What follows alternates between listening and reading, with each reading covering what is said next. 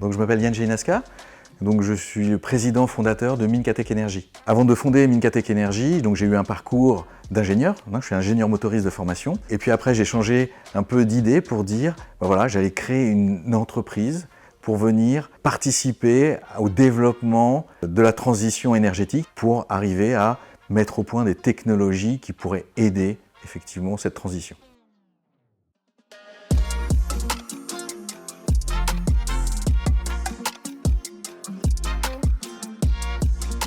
Pouvez-vous nous décrire votre société en quelques mots? Alors, Minkatech Energy s'intéresse au stockage de l'hydrogène. Vous connaissez l'hydrogène stocké sous forme liquide, sous forme gazeuse, mais il y a une troisième forme, moins connue, qui est la forme solide. Et donc, la forme solide, ça va être quoi? Ça va être, on va venir emprisonner l'hydrogène dans une poudre métallique pour venir former un hydrure métallique. Et donc l'hydrogène, il va venir être emprisonné dans ce solide-là. Alors comment ça marche? C'est assez simple. Ici, vous avez un petit réservoir prototype. Voilà. Il est rempli. J'ai ma petite vanne, j'ouvre la vanne, j'ai les bonnes conditions thermodynamiques, je suis à température ambiante, j'ai un tout petit peu de gaz, le gaz vient s'échapper, donc l'hydrogène vient s'échapper. Dans un réservoir d'1 kg, on n'a que 8 grammes sous forme gazeuse, tout le reste en forme solide. Il vient s'échapper, et là, je viens de mettre en déséquilibre mon solide, mon hydrure métallique. Et qu'est-ce qu'il veut faire lui? Il veut revenir à son état stable, et donc, il va désorber. Tant que je laisse la vanne ouverte, il désorbe, puisqu'il est encore en déséquilibre. Je ferme la vanne, il refait son tout petit stock de gaz, donc d'hydrogène sous forme gazeuse, il revient à son équilibre, pouf, il arrête la réaction. Pour le charger, ça va être le même principe, c'est je vais lui injecter de l'hydrogène à une pression supérieure à sa pression d'équilibre, et donc lui, encore une fois, par déséquilibre, il va vouloir revenir à sa position stable, et donc il va absorber l'hydrogène. Voilà globalement comment fonctionne un hydrure métallique. Quelles sont les valeurs ajoutées de votre entreprise? Alors, la technologie de Minkatech Energy, elle se différencie déjà par la sécurité. C'est le premier point qu'on a travaillé, c'est comment stocker l'hydrogène de façon sécuritaire. Ça c'est, voilà, on n'a pas de pression, on n'est pas liquéfié, donc ça c'est le premier point. Le deuxième, ça va être l'efficience énergétique. Effectivement, quelle quantité d'énergie je vais utiliser pour venir stocker l'hydrogène? Or, comme on l'a vu tout à l'heure, juste par déséquilibre thermodynamique, c'est comme ça que je vais venir absorber ou désorber. Donc, c'est une opération très peu énergétique. C'est deux raisons principales. Après, on va voir qu'on a travaillé tout ce qui va être les matériaux. Donc, on a une souveraineté européenne sur nos matériaux. On a regardé tout ce qui va être aussi fuite. Aujourd'hui, le réservoir, il a 0 fuite et même, il est non-ATEX. Ça veut dire qu'il ne définit pas une zone à atmosphère explosive. Et ça, c'est un point très important parce qu'on va pouvoir adresser de nouveaux marchés, comme aller mettre nos réservoirs dans la cale des bateaux ou le mettre dans des bâtiments. Quelle est l'approche de votre entreprise en matière de durabilité? On est dedans, finalement. L'hydrogène, c'est quand même un vecteur énergétique pour la transition énergétique. Et donc, on est quand même, en travaillant sur une des problématiques de l'hydrogène, qui est son stockage et son transport, c'est là, nous, Minkatech Energy vient participer à la durabilité et à la transition énergétique. Pourquoi vous choisir aujourd'hui? Comme j'ai dit tout à l'heure, les deux principales raisons de la technologie, enfin en tout cas avantage, ça va être la partie sécuritaire et efficience énergétique. Et on va voir que l'intégration de la technologie de stockage, c'est quelque chose qui n'est pas si simple que ça. Alors, entre autres, on va voir que quand on vient intégrer un réservoir, quel qu'il soit d'hydrogène, dans un système, on va être confronté à de nouveaux problèmes, entre autres les problèmes d'intégration. Le fait qu'il soit modulaire, c'est plus facile à intégrer dans les systèmes.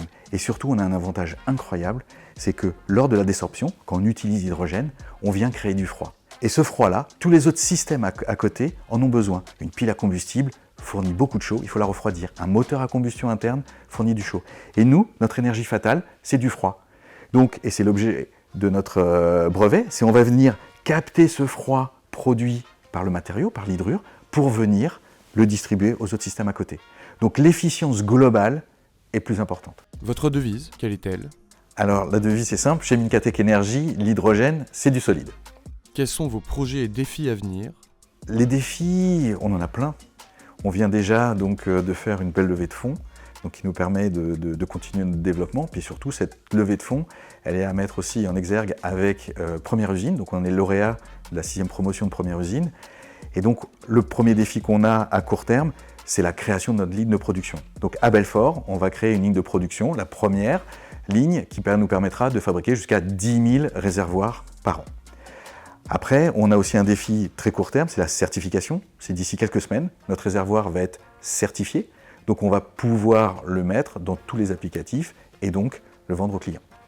Et après, à plus long terme, le développement commercial, et on s'intéresse aux zones Moyen-Orient, Asie-Pacifique, et tout ce développement commercial aujourd'hui est en cours.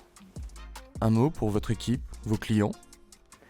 Alors les partenaires, ce sont nos collaborateurs, ceux qui nous ont fait confiance, ceux qui ont travaillé. Si on en est là, c'est grâce à eux, c'est un travail d'équipe, hein, ça ne s'est pas fait tout seul. Il y a plusieurs compétences, hein, des compétences matériaux, des compétences thermodynamiques, mécaniques. Donc c'est l'ensemble qui a permis de travailler et d'arriver au produit actuel. Donc bravo, c'est des gens qui sont passionnés, qui ont envie de peser sur l'avenir de notre planète et de peser donc dans cette transition énergétique. Après pour les clients, ils commencent à comprendre notre technologie. S'ils ne la comprennent pas assez bien, venez nous voir. Hein. On va vous expliquer ce qu'on peut faire, comment on peut le mettre, dans quelle industrie, est-ce que notre technologie s'adapte à vos besoins. Toutes ces études, on peut les faire, donc venez nous voir. Comment Minkatech Energy se positionne-t-elle pour surmonter les principaux défis afin que l'hydrogène devienne une source d'énergie largement adoptée pour la mobilité? L'hydrogène, on l'utilise beaucoup dans l'industrie. Ça va être les aciéries, les cimenteries, même dans la margarine. Parce que la margarine, c'est ni plus ni moins que l'hydrogénation d'acides gras. Donc on utilise beaucoup d'hydrogène. Et puis l'hydrogène peut s'utiliser dans la mobilité. Donc on en parle beaucoup. Ça peut être avec une propulsion via une pile à combustible qui va fabriquer de l'électricité pour alimenter des moteurs électriques. Ou ça peut être aussi directement un moteur à combustion hydrogène. Donc il y a beaucoup de défis à relever. Et Minkatech Energy va se qualifier sur le défi du stockage. C'est pas si simple, on a parlé de l'efficience du stockage, on a parlé de la sécurité, et c'est là où on veut peser avec notre technologie de réservoir.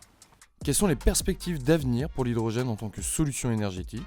Alors dans la transition énergétique, l'un des principaux problèmes aujourd'hui, ça va être stocker l'énergie au sens large.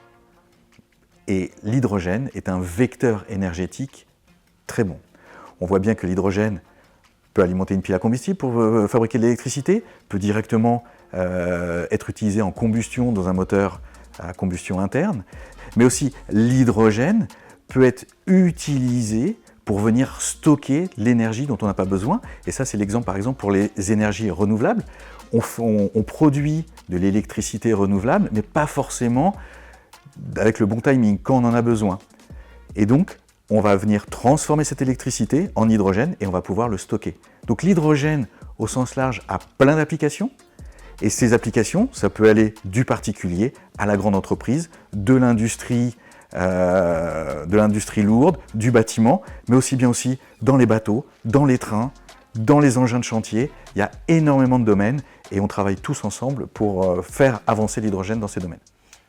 Quelles sont les principales avancées technologiques et comment Minkatech Energy compte-t-elle imposer son produit sur le marché? Alors le marché du stockage, c'est réellement un défi. On a parlé des engins de chantier, on ne va pas construire une station de production d'hydrogène à chaque chantier. Donc Minkatech Energy s'inscrit bien dans cette problématique d'apporter l'hydrogène là où on en a besoin. Donc après dans les hydrures ça existe depuis longtemps. Mais chez Minkatech Energy, on s'est concentré pas forcément que sur le matériau. On a regardé comment on allait pouvoir intégrer nos réservoirs dans les systèmes. Et je vous ai parlé de la création de froid. Quand on va venir désorber l'hydrogène, on va créer du froid. Et ce froid-là, on va l'utiliser pour la pile à combustible, pour le moteur à combustion interne, etc. Et donc, là, notre avancée technologique, et c'est l'objet de notre brevet, c'est bien regarder l'ensemble du système et apporter une solution efficiente énergétiquement. Que manque-t-il aujourd'hui pour que les petites entreprises se développent plus avec l'hydrogène? Alors, l'écosystème hydrogène souffre aujourd'hui de la lenteur du marché. Alors, c'est une nouvelle technologie, le temps que ça se mette en place, et tout le problème aujourd'hui, ça va être le financement des startups. Beaucoup de startups ont des belles technologies, des bonnes idées. Malheureusement, les financeurs, ils ont un peu du mal à prendre des risques. Donc, chers financeurs, Prenez des risques, allez voir ces sociétés, je vous garantis, il y a énormément de pépites qu'il faut aider. Et l'écosystème hydrogène va pouvoir se développer avec des investissements. N'oubliez pas les petites entreprises, c'est elles qui innovent. Pour conclure, le mot de la fin. Si vous ne connaissez pas les hydrures métalliques, n'hésitez pas, on est là pour vous expliquer, pour voir si cette technologie est pertinente pour vos solutions. Aujourd'hui, on travaille dans plein de domaines. Il faut qu'on continue, à la fois les travaux de R&D, mais surtout, comme on l'a dit, nos défis, c'est lancer la ligne de production et livrer nos premiers réservoirs pour 2025. Merci Yann. Merci.